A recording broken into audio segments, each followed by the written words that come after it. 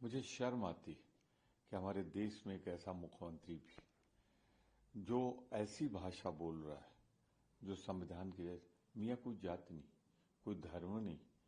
आप किसी को अपमानित करने के लिए भारत के सबसे बड़े अल्पसंख्यकों को जो करते हैं ना, उससे आपका वोट तो बढ़ सकता है, आपका ये तो हो सकता है कि जो बिखर रहा है वो जुड़े, पर आप नफरत जो पैदा करते हैं ना, आप जो घृणा पैदा करते हैं ना, इसकी कीमत देश चुकाता है।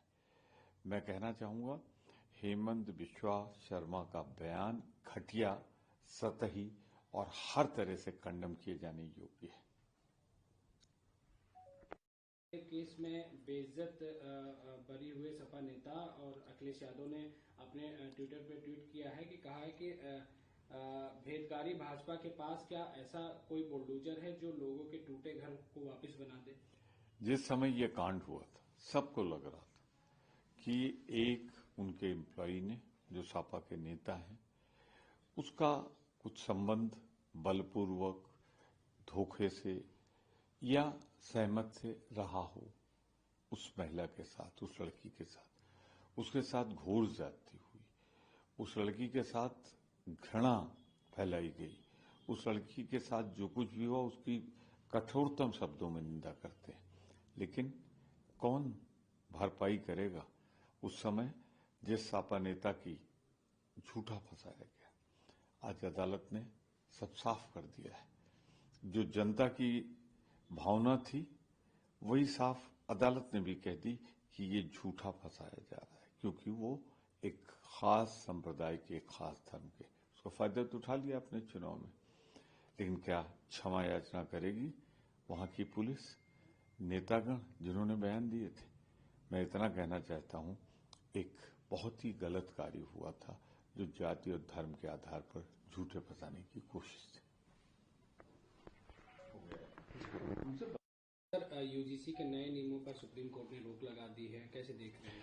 ये सुप्रीम कोर्ट के फैसले पर एक नजर डालने के बाद बहुत साफ हो जाता है कि भारतीय जनता पार्टी की केंद्रीय सरकार संविधान के मूल भावना के खिलाफ, एक विभाजनकारी, बांटने वाली, एक संविधान की मूल भावना जो मौलिक अधिकार है उसके खिलाफ और नेचुरल जस्टिस के खिलाफ है। सारी बातें स्पष्ट है सुप्रीम कोर्ट की।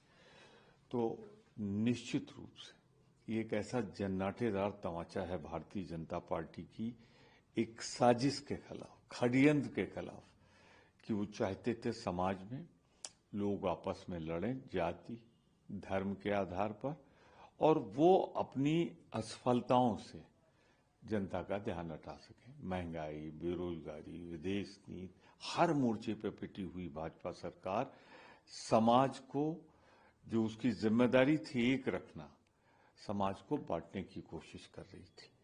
और हर वर्ग अब सब समझ रहा है क्या साजिश थी भारतीय जनता पार्टी की सरकार की। मैं कठोरतम शब्दों में इसके लिए निंदा करता हूं। जब बजट आ जाएगा पढ़ लेंगे, तब उस पर टिप्पणी करेंगे।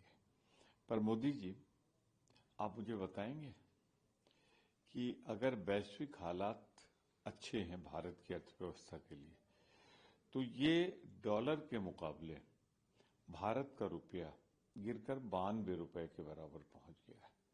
आपको तो हमने 60 रुपए पे दिया था डॉलर के मुकाबले, आपने लगभग 50% की गिरावट कर दी। आप ही तो कहते थे कि अगर डॉलर तत्कालीन प्रधानमंत्री मनमोहन सिंह के ऊपर पहुंच गया उम्र के, या आप ही तो कहते थे कि जैसे जैसे रुपए की साख गिरती है वैसे वैसे देश की साख गिरती है। तो मान लीजिए ना कि आपके नेतृत्व में देश की साख आर्थिक मोर्चे पर पूरी तरह से गिर गई है। आप पूरी तरह असफल साबित हुए।